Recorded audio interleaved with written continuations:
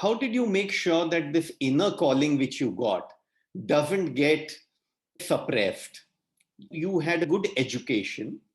You probably had many more opportunities. You would have had peer pressure of going in for employment, doing a lot of things which could be done much more easily and could give you a much, maybe a comfortable life at Yeah. that point in time. How did you keep that inner calling there? Yeah, I think that's a very good question because that's what I have, faced a lot of times in my early career. So right after my undergraduation, I joined Swiss MNC ABB, and I had a very good life, I would say. Like for almost 10 months, I stayed in a hotel where I had all facilities, and I think that was one of the most comfortable phases I've ever had in my life.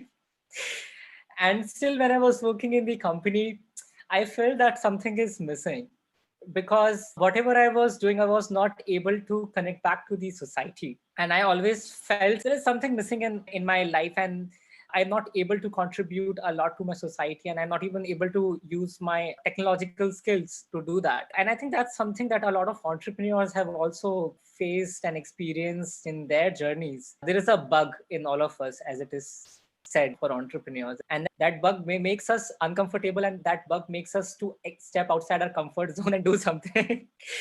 So that's what also happened in my first job. So I quit my first job after 10 months, and I thought that I have to do something in my life which also satisfies me. And after that, I thought that I need more experience technically, so I thought I'll go and pursue my master's in chemical engineering. And that's when I applied for Imperial College London, and it was the whole purpose was to build my domain expertise in that area. And in my master's also, I took up something which was focused on carbon capture and sequestration. Things were falling in pieces step by step. So I got some experience in carbon capture and sequestration, and Imperial provided a great platform. There were so many lecturers and guests from United Nations. Even I was there in one of the lectures by Stephen Hawking. That experience in London was really good. And so Imperial also had this Imperial Innovations, which focuses on student startups.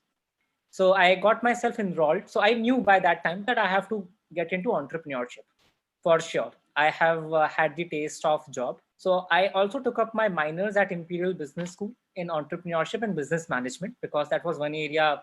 I was an engineer.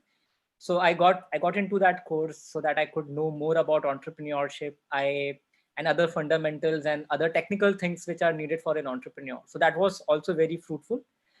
So soon after, when my master's got over, I applied for a fellowship under BIRAC. So BIRAC is a body under DBT, Department of Biotechnology. It was a 18-month long fellowship, and there were 4 people across the country who were selected into this. And our focus was waste management and sanitation. So I had some idea that, okay, I have to work on crop waste. I have to work on agricultural waste, so because it causes air pollution. And I use this fellowship as an opportunity to travel to different parts of the country, meet farmers, other stakeholders, and understand the pain points, and then come up with a solution.